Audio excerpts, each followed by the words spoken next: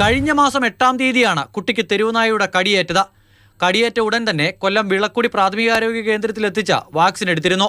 വൈകുന്നേരത്തോടെ പേവിഷ പ്രതിരോധ സെറവും കുട്ടിക്ക് നൽകി. 11-ാം തീയതി 2-ാം ഡോസും 15-ാം തീയതി 3-ാം ഡോസും എടുത്തു. അവസാന ഡോസ് എടുക്കാനായി കാത്തിരിക്കുന്നതിനിടെയാണ് കുട്ടിക്ക് പനിയുണ്ടായത്. ആദ്യം പുനലൂർ താലൂക്ക് ആശുപത്രിയിലാണ് കുട്ടിയെ പ്രവേശിപ്പിച്ചത്. പിന്നാലെ ആരോഗ്യനില വഷളായതിനെ തുടർന്ന് തിരുവനന്തപുരം SAT ആശുപത്രിയിലേക്ക് മാറ്റുകയായിരുന്നു. പട്ടി മോടെ പുറത്തോട്ട് ചാടി വീണു.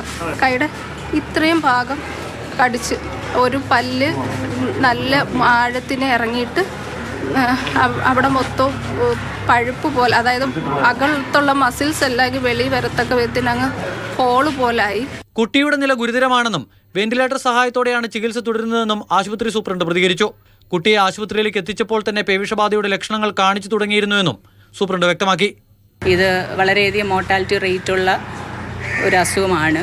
വേൾഡ് ഓവർ 10-ൽ താഴെ മാത്രമേ സർവൈവ് ചെയ്തിട്ടുള്ളൂ. 6 പേരോ അങ്ങനെ എന്തോ ആണ്. മാക്സിമം അവനെ വെന്റിലേറ്റ് ചെയ്ത് സെഡേറ്റ് ചെയ്ത് അതിന് സപ്പോർട്ടീവായിട്ട് ചെയ്യാൻ പറ്റുന്നത് നമ്മൾ ചെയ്യുന്നു. കുട്ടിയെ കടിച്ച തെരുവുനായയെ പിന്നീട് ചത്ത നിലയിൽ കണ്ടെത്തിയതായി വിളക്കുടി പഞ്ചായത്ത് പ്രസിഡന്റ് പറഞ്ഞു. വളർത്തുന്ന എല്ലാ തെരുവുനായായിരുന്നു ഇത് വന്ന്. കാരണം ഇത് 2 ദിവസം കഴിഞ്ഞ് അവിടെ ചത്ത് കിടക്കുന്നു എന്ന് പറഞ്ഞുകൊണ്ട് 2 ദിവസം കഴിഞ്ഞ് അവിടെ തന്നെ ആ ഭാഗത്ത് തന്നെ.